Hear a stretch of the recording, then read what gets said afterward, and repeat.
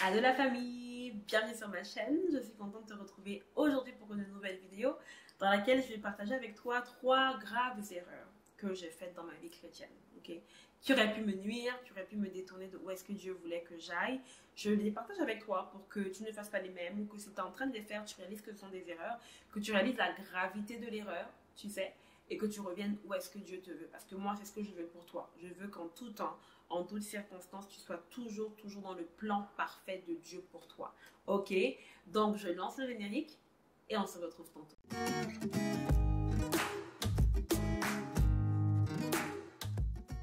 Alors, des erreurs, j'en ai faites. Hein. Je pense que j'ai déjà fait une vidéo par rapport à quelques erreurs que j'avais faites. Si je la trouve, je vais la mettre ici en lien. Les erreurs, c'est normal. Je pense pas qu'il y ait des personnes qui peuvent vraiment déclarer qu'elles n'ont jamais fait d'erreur. Sinon, tu serais Dieu. Voilà. Mais c'est aussi important de les exposer. Voilà, parce que lorsque tu éclaires les ténèbres, il n'y a plus de ténèbres, il reste que la lumière. Donc c'est important d'en parler. Donc j'ai choisi d'en parler avec toi aujourd'hui. Je te laisse t'abonner déjà, tranquille. Je te laisse me suivre sur les réseaux, c'est @samantatom sur Instagram comme sur Facebook. Et là, tranquille, je vais juste te partager donc quelques erreurs que je n'avais pas partagées dans ma première vidéo. Donc ça c'est le part 2 que j'ai fait dans ma vie chrétienne. Mais je pense que voilà, il y en a que tu as déjà vu parce que je les ai déjà mentionnés, mais allons-y. Alors, c'est quoi le compromis? Le compromis, c'est que il y a Jésus ici. Et il y a quelque chose qui s'oppose à Jésus, ou que Jésus n'aime pas, ou que Jésus ne veut pas que tu fasses. Mais tu trouves un moyen de faire cohabiter la chose avec Jésus dans ton cœur ou dans ta maison. Et ça peut être n'importe quoi. Hein. Ça peut être un péché flagrant comme la fornication, comme ça peut être quelque chose qui n'est peut-être même pas un péché pour les autres. Tu sais, parce que la Bible dit que tout ce qui n'est pas fruit de conviction est péché. Donc ça peut être quelque chose qui, techniquement, dans la Bible, n'est pas considéré comme un péché, mais pour toi, parce que c'est une idole dans ta vie, bah, c'est un péché, tu vois. Donc vraiment, ça peut être n'importe quoi que tu veux faire cohabiter avec Christ. Et tu peux le faire pour beaucoup de raisons. Tu peux le faire, comme je l'ai dit dans les vidéos précédentes, parce que tu es blessé. Parce que vraiment, voilà, tu as été rejeté dans ta vie, tu as été abandonné par plusieurs personnes, tu as été déformé dans ta façon de penser, dans ta façon de voir le monde, dans ta façon de te voir toi-même.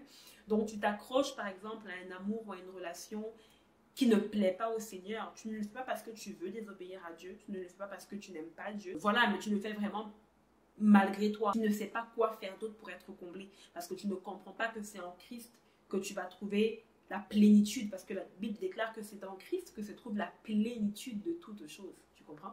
Donc tu ne réalises pas ça et tes blessures en fait te coincent et te font garder Jésus en fait dans ton cœur pendant que tu as autre chose dans ton cœur et ça ne fonctionne tout simplement pas. Le problème c'est que le péché entraîne le péché et la Bible est claire, le salaire du péché c'est la mort.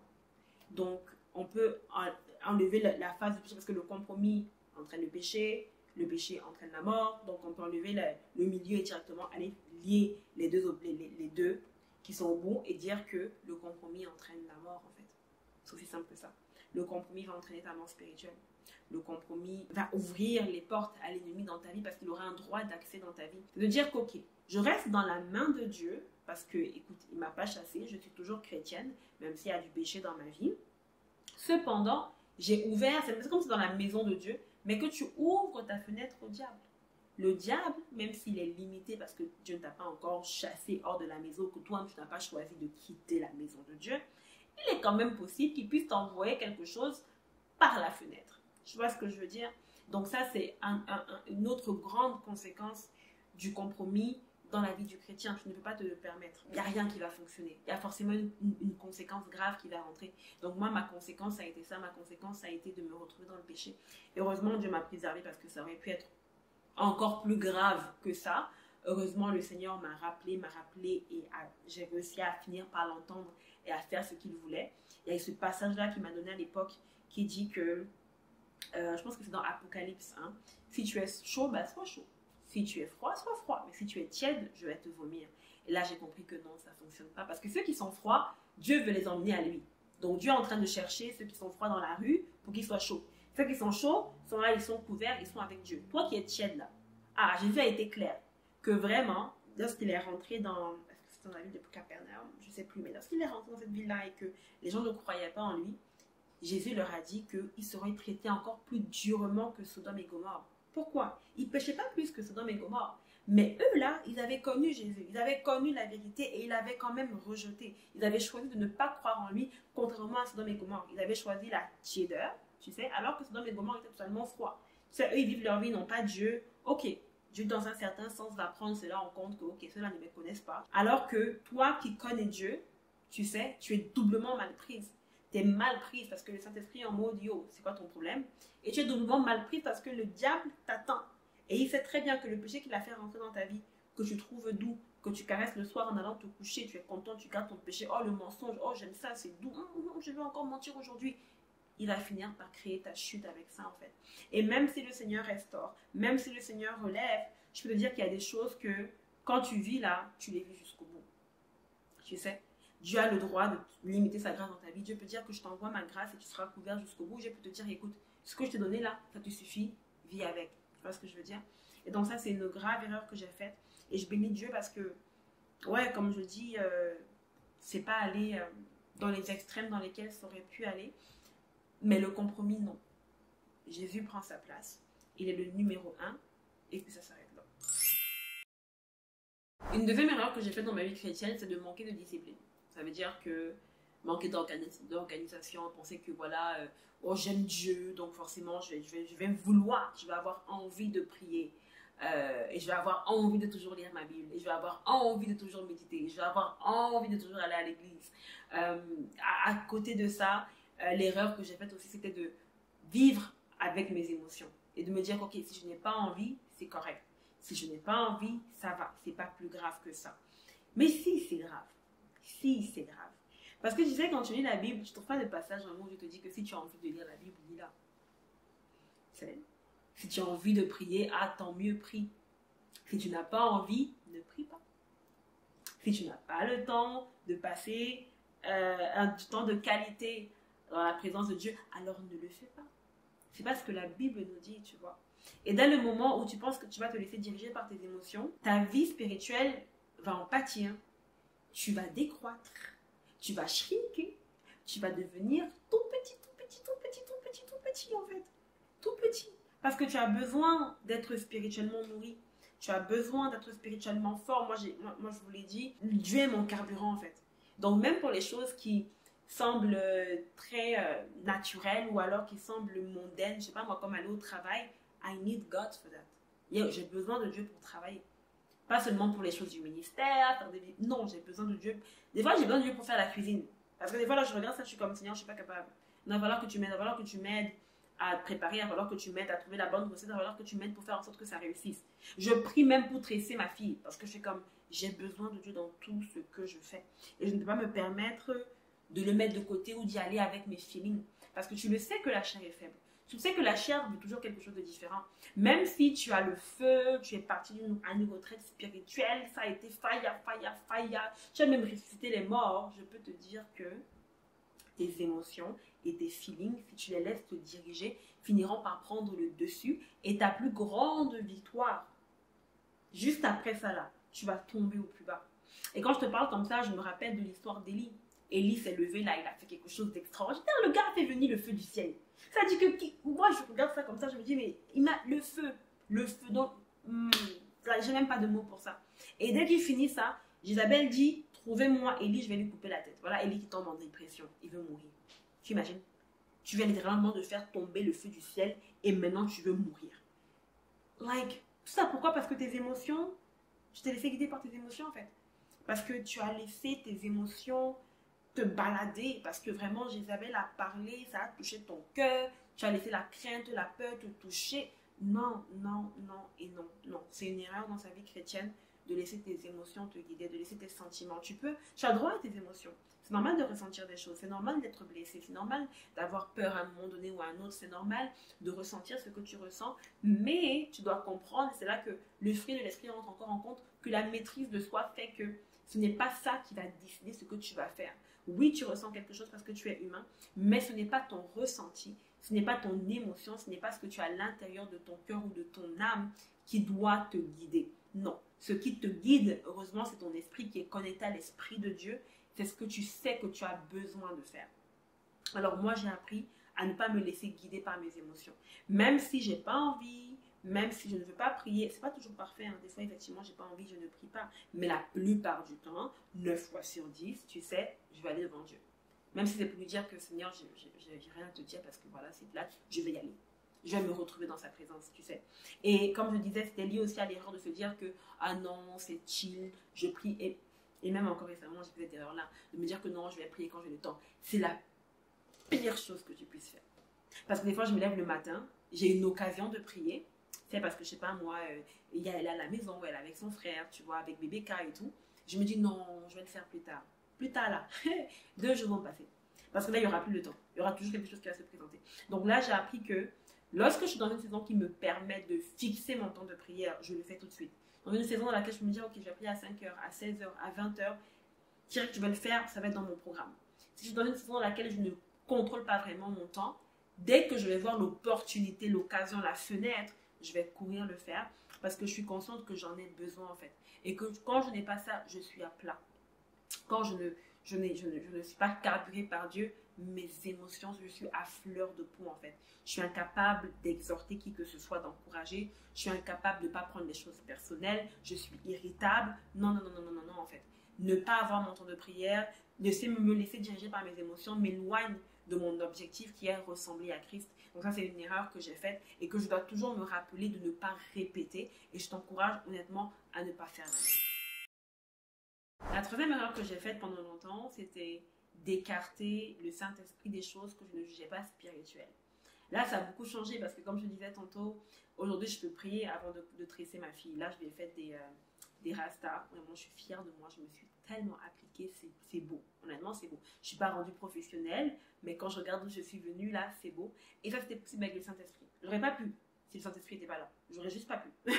J'aurais pas pu parce que j'avais bébé K dans les pattes pendant 2 jours qui était en train de monter et de descendre parce que papa était occupé, il sortait, tout ça. Parce que j'étais fatiguée, parce que j'ai mal au dos, j'ai encore vraiment beaucoup de douleurs. En vrai, il y avait tellement de raisons pour faire que ça ne fonctionne pas. J'étais frustrée. Like, non. Si vraiment la tête l'a donné ce que ça a donné, si c'est beau, c'est parce que le Saint-Esprit est entré dans ma sauce.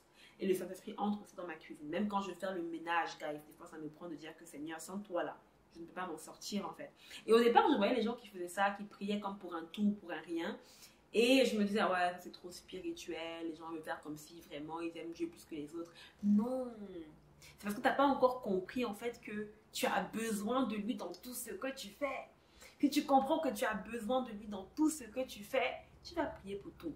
Même pour gonfler les ballons qui sont ici derrière moi là, tu vas prier en fait. Tu dois comprendre que le Saint-Esprit veut avoir accès à toute ta vie, toute ta vie. Dieu est celui qui a créé l'homme.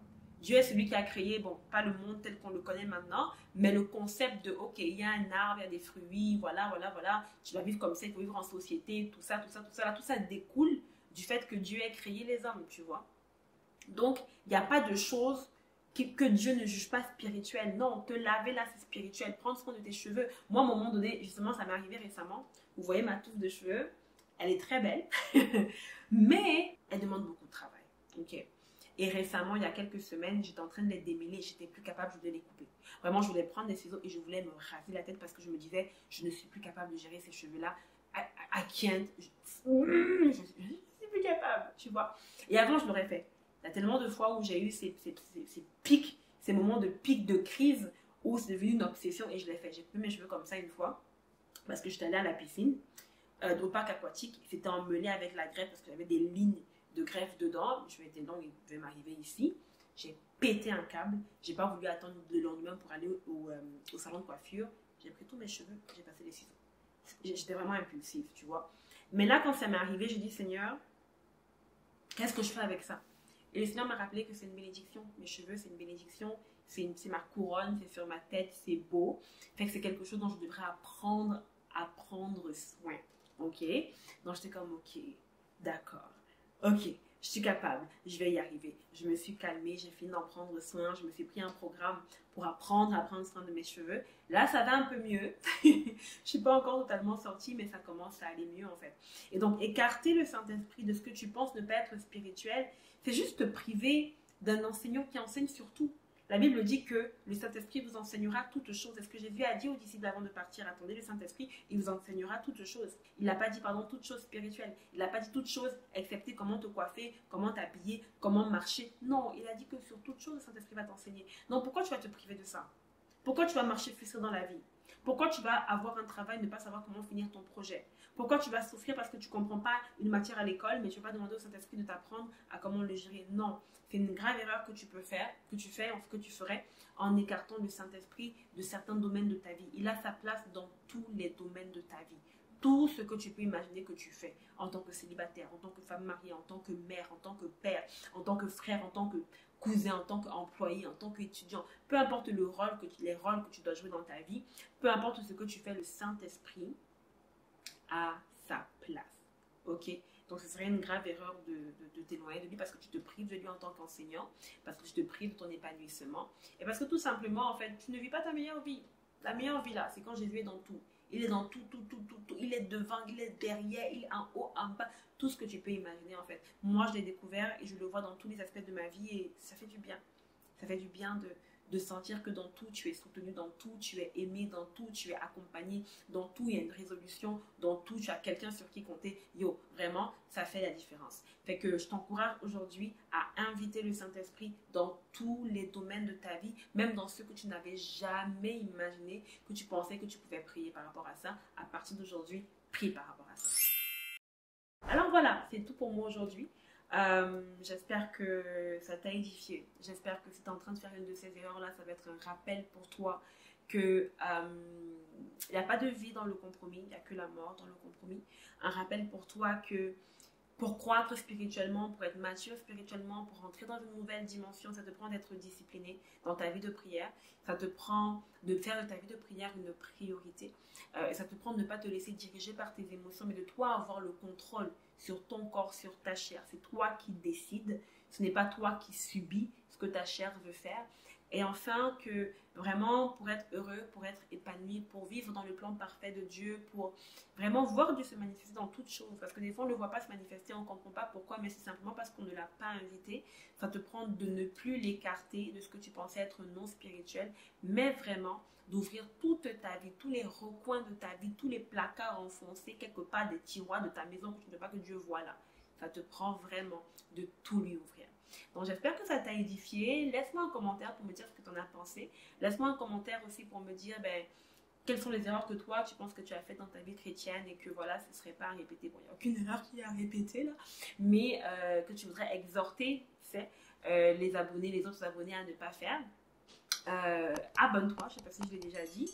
Clique la chaîne de notification pour savoir c'est quand est-ce que je sortirai ma prochaine vidéo. Partage la vidéo, lâche-moi un like, pourquoi pas. Suis-moi sur les réseaux, c'est AlexaMontatom sur Instagram et sur Facebook. Et je te retrouve la semaine prochaine pour une nouvelle vidéo. Bye sur ton cœur.